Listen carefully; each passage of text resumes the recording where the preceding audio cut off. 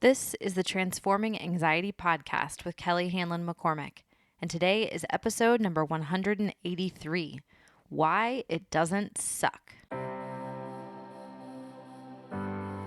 Welcome to Transforming Anxiety. I'm your host, Kelly McCormick. I'm a mom to 2 boys, a wife, friend, daughter, and sister, and I'm a certified life coach, yoga teacher, and soon-to-be mindfulness meditation teacher.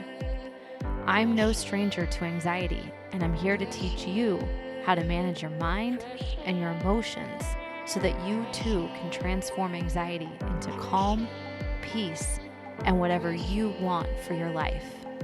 I'm so glad you're here. Hey there.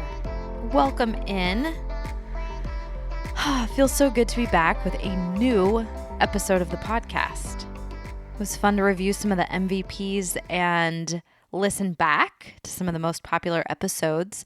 Those are episodes that I consistently get emails about, and I tell you what, the download numbers just don't lie. Those are episodes people clearly listened and re-listened to and shared with friends or just skipped to maybe when they first found the podcast. So I hope it was helpful to give those another go around and that you're ready to get started with some new stuff now that we're heading into the fall. So, okay, real quickly, before we get into the new stuff, I want to remind you that the How to Meditate to Transform Anxiety 6-week course is open for enrollment right now. If you're listening to this in real time, early September 2022. We start on Monday, September 12th, and we have until that evening to get signed up. So 6 weeks, we're going to meet as a group every Monday from September 12th to October 17th. Again, this is 2022, so if you're coming to us in the future, hello. We're going to debunk meditation myths.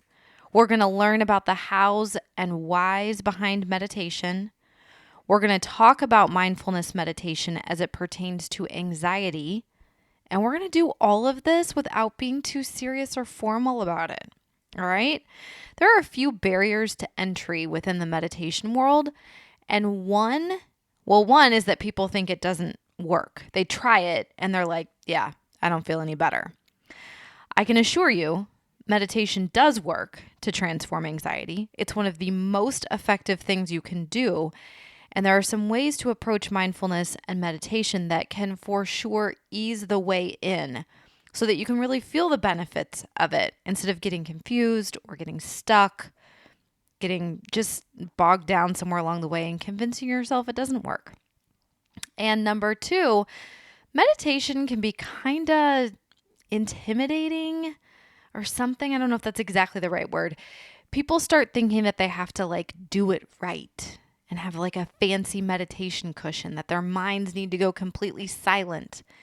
And I tell you what, I'm here to be as casual and as comfortable and easygoing with mindfulness and meditation. Because the point here isn't perfection, it's practicing. So we're going to have a good time together. We're going to study, we're going to practice, and ultimately we're going to transform anxiety. That's what we're here to do each week on the podcast. And I'd love to have you join us for the course, to have a chance to connect directly with you and practice with you. I would love to, we're all people. Sometimes people, I think, forget that I'm just a person. I'm just a teacher. And I would love to directly help you, right? I'm not just a voice that comes to you through the podcast feed. I would love to directly help you in transforming anxiety. So 6 weeks, you'll have access to all of the materials, all of the class replays, all of the guided meditations forever. So don't worry if you can't attend the live calls, which they're every Monday at 10 a.m. Central.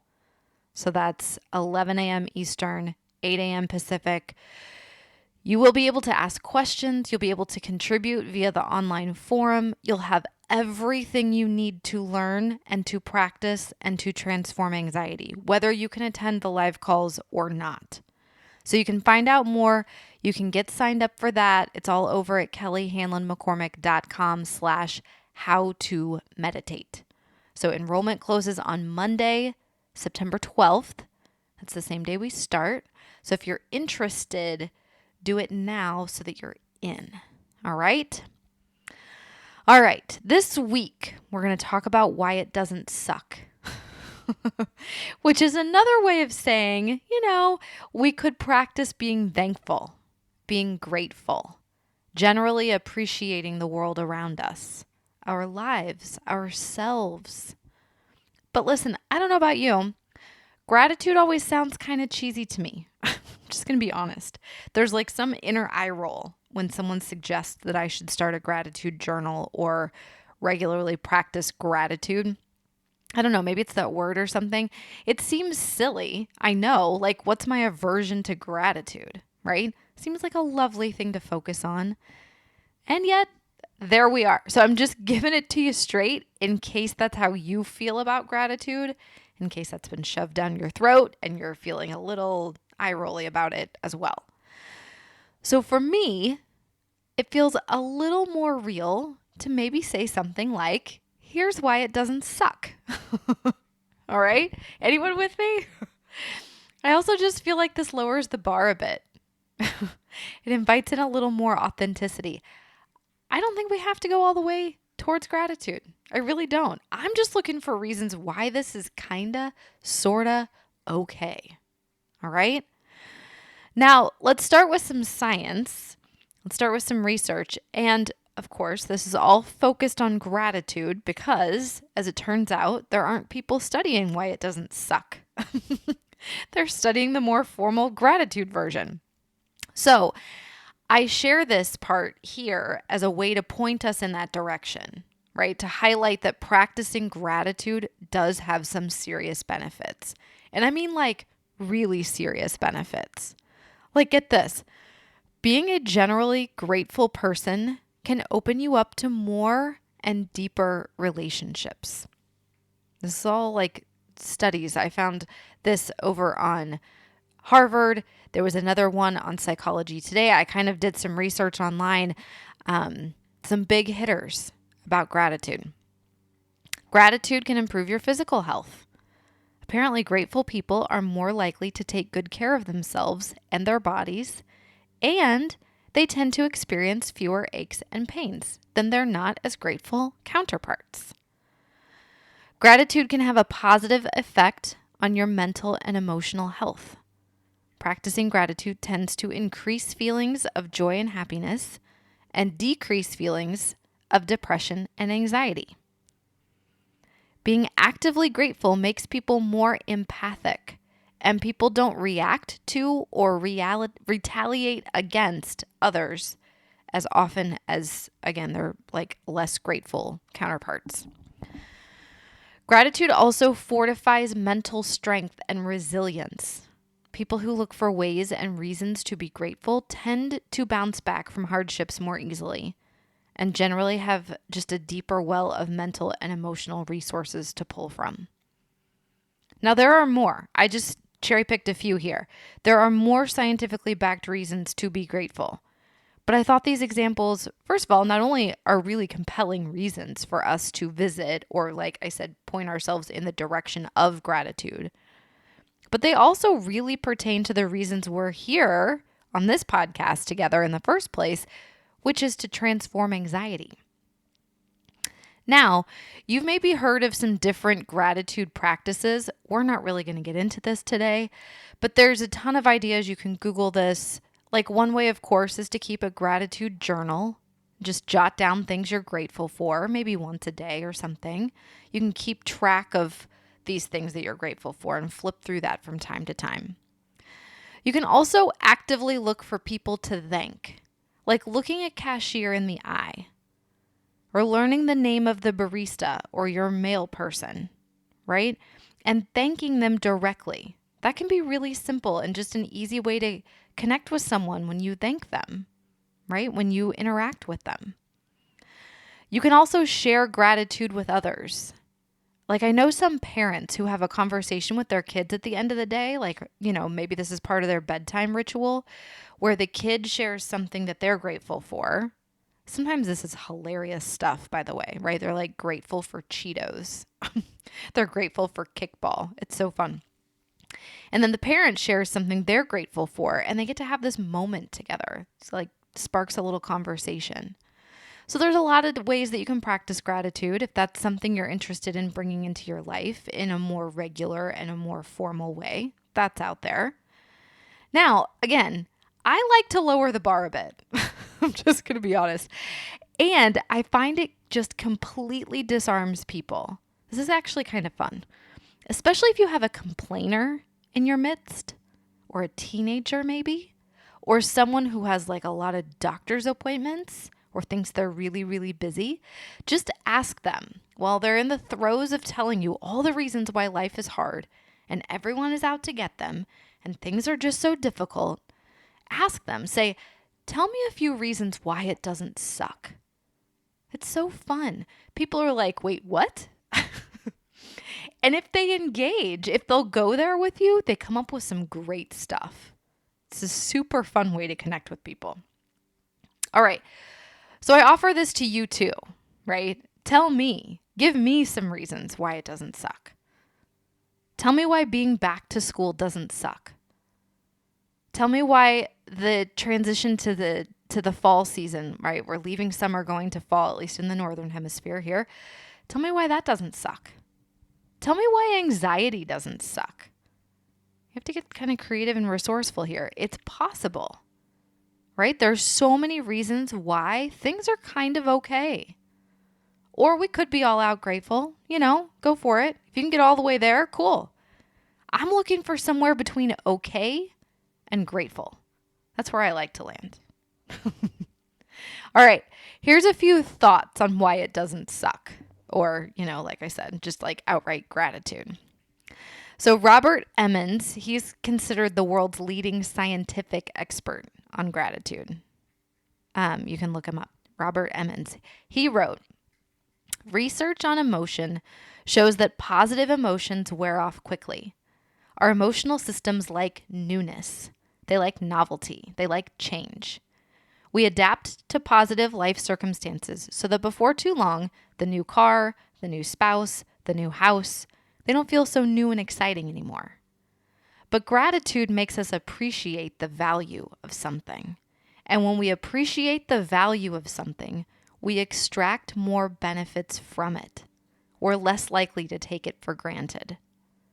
In effect, I think gratitude allows us to participate more in life. We notice the positives more, and that magnifies the pleasures you get from life. Instead of adapting to goodness, we celebrate goodness. We spend so much time watching things, movies, computer screens, sports. But with gratitude, we become greater participants in our lives as opposed to spectators. So listen, you've heard me say this before, but here it is again. We have to remember to remember, right? That's the secret sauce. If you can remember to be grateful, you get to participate more in your life. It magnifies the pleasures you get from life. You celebrate goodness. And with gratitude, you become a greater participant in your life, as opposed to just being a spectator. I love all of this. And I think this is what a lot of us are asking for. How do I get into my life? How do I wring all the good out of it that I can get? How do I fully celebrate and engage? Gratitude is a way in, my friend. Why doesn't it suck? Tell me 5 ways it doesn't suck. Let's get grateful. All right, A.A. Milne, who is the writer of the Winnie the Pooh series, he wrote, Piglet noticed that even though he had a very small heart, it could hold a rather large amount of gratitude. So I find there's something kind of paradoxical this way about things like gratitude, love, joy, kindness, compassion. It's like the more you feel, the more you feel, right? When you feel a little gratitude, it's like it makes way for more gratitude, It's like love begets more love.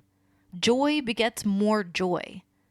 Kindness and compassion bring on more kindness and compassion. Even with a very small heart, we can hold rather large amounts of gratitude. All right, Melody Beatty, she wrote the book Codependency No More, which I don't know if this is just like resurging in pop culture or if I just need to read and reread it because it keeps like popping up in my feeds and people keep recommending it. It just keeps popping up everywhere. So Melody Beatty, the book is Codependency No More. She said, "Gratitude unlocks the fullness of life. It turns what we have into enough and more. It turns denial into acceptance, chaos to order, confusion to clarity. It can turn a meal into a feast, a house into a home, a stranger into a friend. Gratitude makes sense of our past, brings peace for today, and creates a vision for tomorrow." All right, one more time. This one is just so damn good. My goodness. She said, "Gratitude unlocks the fullness of life. It turns what we have into enough and more. It turns denial into acceptance, chaos to order, confusion to clarity. It can turn a meal into a feast, a house into a home, a stranger into a friend. Gratitude makes sense of our past, brings peace for today, and creates a vision for tomorrow."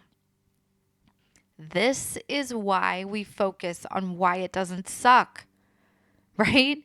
You can continually turn your attention to what's wrong, what's unfair, what's difficult and confusing and infuriating. Like, sure, there's plenty of material for that. Look around. The more of that you focus on, the more you're going to find. So let's take the opposite of this, right? Let's take the opposite of this quote. When we're not practicing being grateful, it turns what we have into less than. It turns denial into outright resistance. It turns chaos into mayhem and confusion into despair. It can turn a meal into a food fight, a house into a never-ending to-do list, a stranger into a terrifying villain. Gratitude reverses all of that. Like simply looking for ways why it doesn't suck can shift all of that. And it's so simple. It doesn't require any more time than the negative side takes.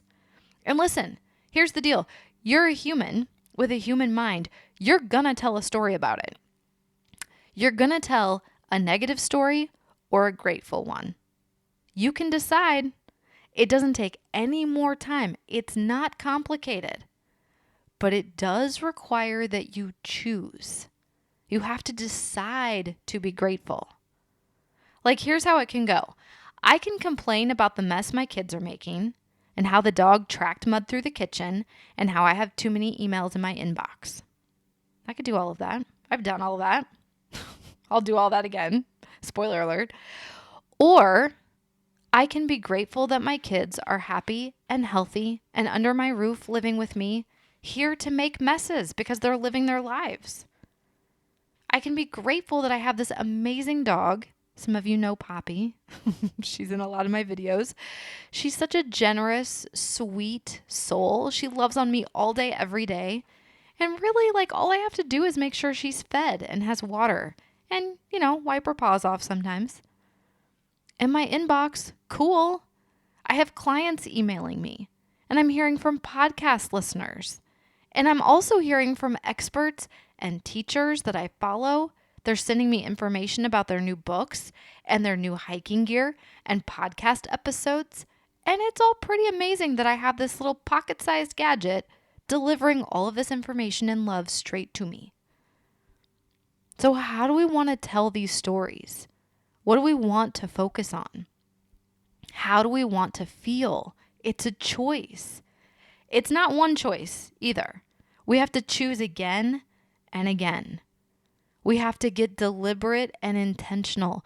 We have to choose gratitude. or at least okayness, right? We can choose to focus on why it doesn't suck. Muddy paws. Does this suck or not? Right? Laundry. Suck or not? Kids and to-do lists and inboxes and dinner every damn night. Taxes. Does it suck or not? So I'm telling you, for a good time this week, anytime someone is complaining or going on about things, ask them, why doesn't it suck? Challenge them on it and challenge yourself on this. It's a totally fun game to play. Do this with your friends. Do this with your family. Do this with your work and your home, right? Do this with yourself. Do this until it becomes more and more natural, until you're just asking this as a reflex. And hey, if you want to go all in and call it a gratitude practice, go for it. I'm down with that. All right, so listen, don't forget to get signed up for the How to Meditate to Transform Anxiety course. That's over at kellyhanlonmccormick.com/how-to-meditate. There's a link in the show notes for you. You can get enrolled. You can find out more. Be sure to get enrolled by Monday, September 12th. That's when we start. And I will see you at the same time, same place next week for another brand new episode of the podcast. And until then, please take care. Do you have someone to help you with your stress, anxiety, worry, and overwhelm? If not, I would love to be your coach. The Fierce Calm Project is my virtual coaching program where we get to go in on topics like this one, and I can help you apply these lessons to your life so that you're creating your own transformation. We do live coaching calls, guided meditations, on-demand yoga classes. We hold book club where we read books your neighborhood book club won't, and there's lots of bonus content that I've created just for you. When you're ready to take what you're learning on the podcast to a whole other level, then come on over and check out the Fierce Calm Project at kellyhanlonmccormick.com/Fierce Calm Project.